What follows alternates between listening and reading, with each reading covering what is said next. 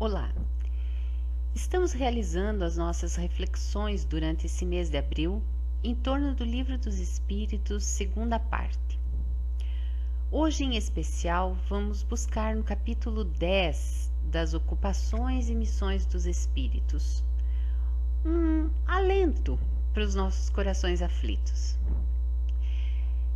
Porque para nós que somos ainda espíritos ignorantes dos desígnios de Deus e nitidamente homens e mulheres de pouca fé, essa parece ser uma época de caos e abandono, onde a aflição pode tomar conta de muitos de nós.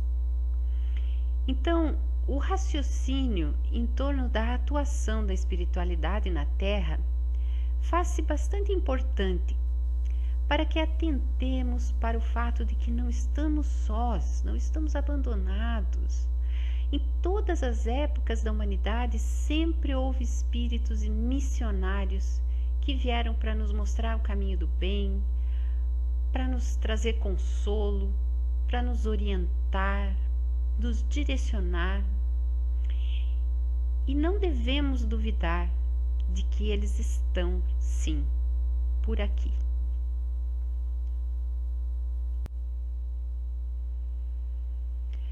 Nós iniciaremos pela pergunta 563 do Livro dos Espíritos. São incessantes as ocupações dos espíritos? Incessantes, sim, atendendo-se a que sempre ativos são os seus pensamentos, porquanto vivem pelo pensamento. Importa, porém, não identifiqueis as ocupações dos espíritos com as ocupações materiais dos homens. Essa mesma atividade lhes constitui um gozo pela consciência que têm de ser úteis. Então, nessa pergunta, nós compreendemos que aquela ideia muito primitiva que tínhamos de que ao perdermos a existência terrestre, ao desencarnarmos ou ao morrermos, nos tornaríamos anjos e que lá no mundo espiritual estaríamos a observar a humanidade tocando harpa. Essa é uma ideia muito infantil e não seria compatível com toda a construção do universo, onde há uma utilidade para tudo o que foi criado. Então não estariam os espíritos superiores, os anjos, numa situação de ociosidade. Então, a ociosidade eterna seria um suplício para esses espíritos superiores. Então, eles estão sempre ocupados, nunca. E ocupados com o quê? Em ser úteis. No caso, aqueles que têm as funções de velar pelos habitantes da Terra, estariam, então, cumprir o seu papel.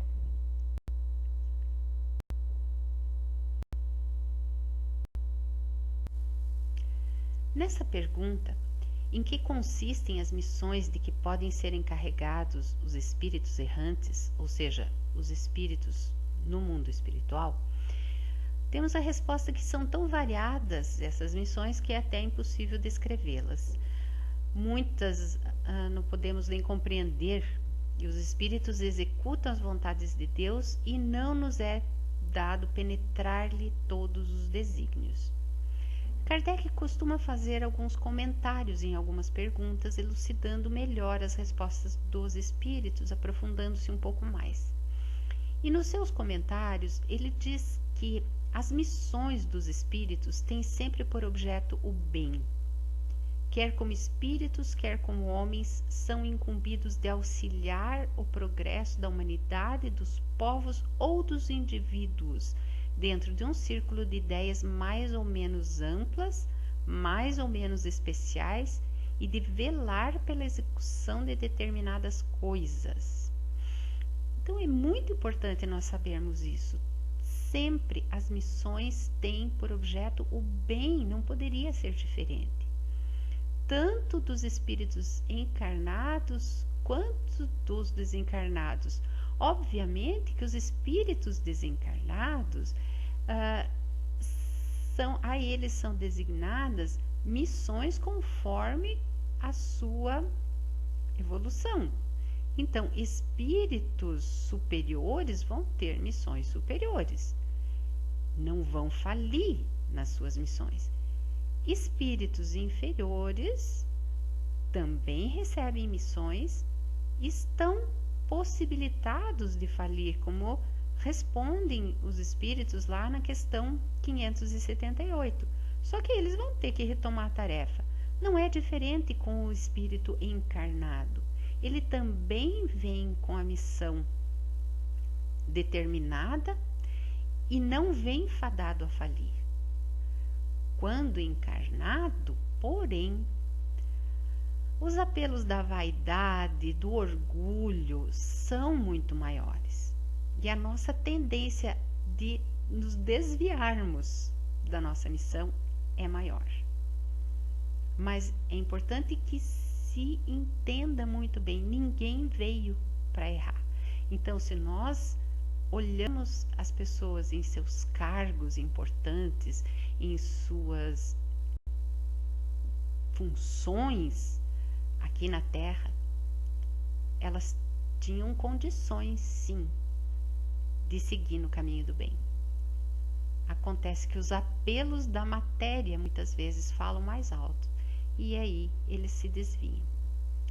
Continuando aqui na explicação de Kardec, ele nos fala ainda que alguns desempenham missões mais restritas e de certo modo pessoais ou locais, como seja assistir os enfermos, os agonizantes, os aflitos, velar por aqueles de quem se constituíram guias e protetores, dirigi-los, dando-lhes conselhos ou inspirando-lhes bons pensamentos. Então, não há ninguém que esteja desacompanhado. Pode-se dizer que há tantos gêneros de missões quantas as espécies de interesses a resguardar, assim no mundo físico como no moral. O espírito se adianta conforme a maneira que desempenha a sua tarefa. Então, o espírito também está em evolução ao cumprir a sua tarefa. O socorro espiritual existe, está à disposição de todos nós. Muitas vezes nós não temos a fé suficiente, não temos o contato superior suficiente, ou seja, a gente não se sintoniza suficientemente com o bem para acionar a ação desses missionários. Por quê? Porque estamos aflitos, porque estamos desesperados. Daí a importância da prece, da calma, da tranquilidade, de nós sintonizarmos-nos com esses missionários que vêm para tarefas tão simples quanto nos acalmar, tão simples quanto nos consolar, tão simples quanto nos dar força para enfrentarmos a doença, a dor, a perda. São tarefas que claro, são enormes para nós, mas para o espírito é uma tarefa simples. Ele está ali para cuidar de um indivíduo e nós não lançamos mão desse cuidado, não chamamos com a certeza suficiente de que eles estão ali, porque nós estamos numa névoa de desespero, de aflição, de incerteza. Então é muito importante nós entendermos que é preciso fazer uma calma interior nesses momentos de dificuldade, nesses momentos, especialmente agora que a Terra, o nosso país, estão passando por momentos bastante importantes. É necessário que conservemos a calma e que mantenhamos essa ligação com a espiritualidade superior, com esses missionários que estão sim dispostos a nos auxiliar nas mínimas coisas.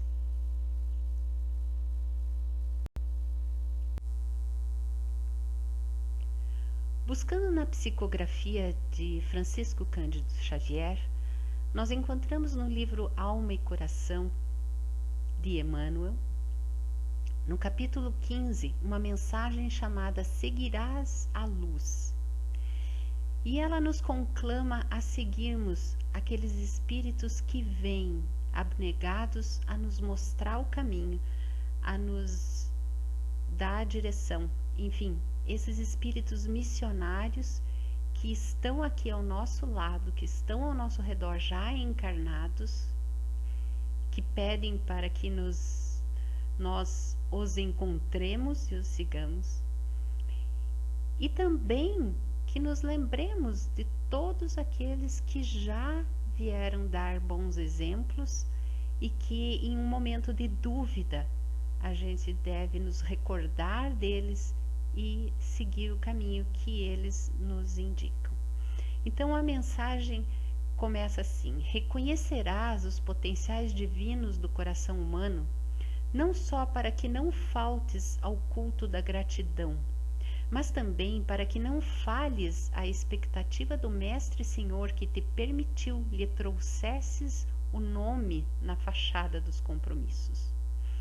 Muitos dirão que a humanidade atingiu a bancarrota moral, que a civilização retrocedeu, que o mal invadiu a moradia terrestre, que nenhum bem resta mais a fazer.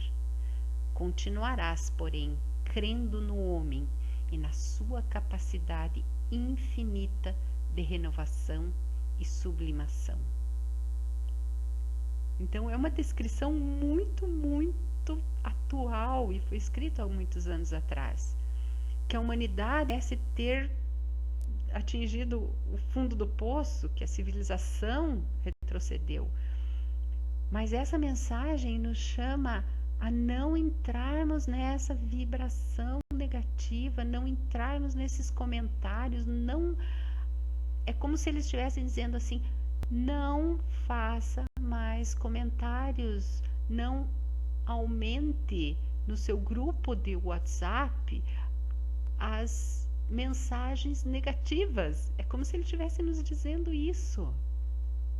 Continua crendo no homem e na sua capacidade infinita de renovação e sublimação. Ele ainda continua: muitos desertam, de tua parte servirás leal ao teu posto. Olha o conselho. Esquecerás os profetas do desânimo e os mentores do pessimismo, que despendem o tesouro das horas comprando arrependimento com a palavra corrompida em torno dos problemas da terra em transição.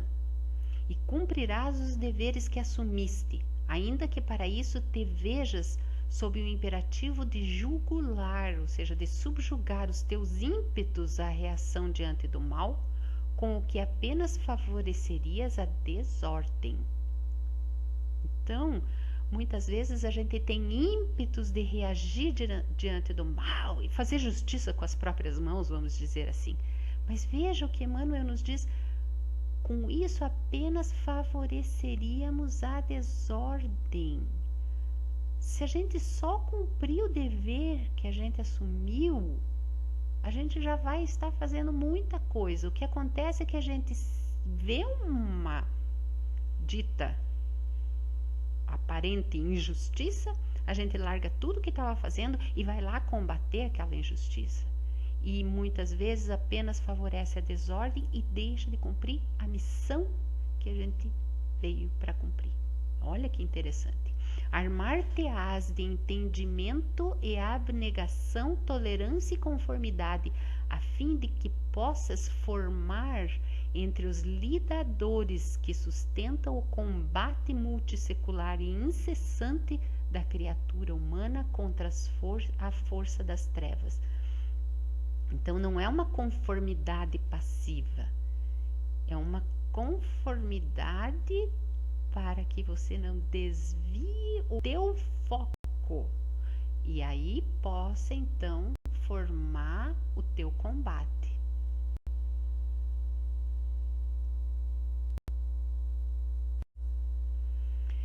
E aí ele começa a nos falar dos missionários. Olha só, inspirar-te-ás naqueles a quem os povos de hoje devem a sua estabilidade e grandeza. Lembrar-te-ás desses milhões de apóstolos desconhecidos, dos professores que se apagaram para que os discípulos fulgurassem, dos pais que se esqueceram entre as paredes domésticas para que os filhos conseguissem crescer, cooperando no levantamento de um mundo melhor, dos que retiveram o ouro sem egoísmo, empregando-o criteriosamente na formação do trabalho e do progresso, da beneficência e da instrução, dos que se ofereceram em holocausto à ciência, para que os hospitais defendessem a vida contra a morte, dos que desistiram do conforto pessoal a fim de se consagrarem à palavra ou à pena em horários de sacrifício sem remuneração estabelecida na terra, para que não escasseassem esclarecimento e consolo à mente popular. Olha, aqui é um exemplo, é o Chico Xavier, o próprio Chico Xavier, né? Se consagrou à palavra, à escrita, e quantos outros médiuns, quantos outros trabalhadores na seara espírita, em horário de sacrifício, sem remuneração estabelecida na terra, outros dedicados em outras religiões a disseminarem a palavra do bem, né? Dos que desencarnaram fiéis às responsabilidades que esposaram pelo bem dos outros, conquanto pudessem haver repousado nos dias que os aproximavam da morte, pela imposição do cansaço físico. Dos que voluntariamente tomaram sobre os próprios ombros os encargos dos companheiros que desertaram das boas obras. Dos que não permitiram que a injúria e a incompreensão, a calúnia ou a acusação indébita lhes impedissem o trabalho no amparo aos semelhantes. Veja que exemplos não nos faltam. Não somente recordarás esses justos que acenderam a luz do teu caminho, mas igualmente segui-los-ás, amando e servindo sempre. Corrigirás o mal com o bem, afastarás a agressão com a paciência, extinguirás o ódio com o amor, desfarás a condenação com a bênção. Repito, desfarás a condenação com a bênção. Nós estamos precisando muito disso, né? Sempre. Embora te sangrem os pés, palmilha com eles os heróis anônimos do bem eterno a estrada íngreme da ascensão, na certeza de que à frente de todos esses pioneiros da imortalidade vitoriosa caminha Jesus, o excelso amigo que um dia nos prometeu com clareza e segurança: aquele que me segue não anda em trevas. Essa seria então a mensagem de hoje.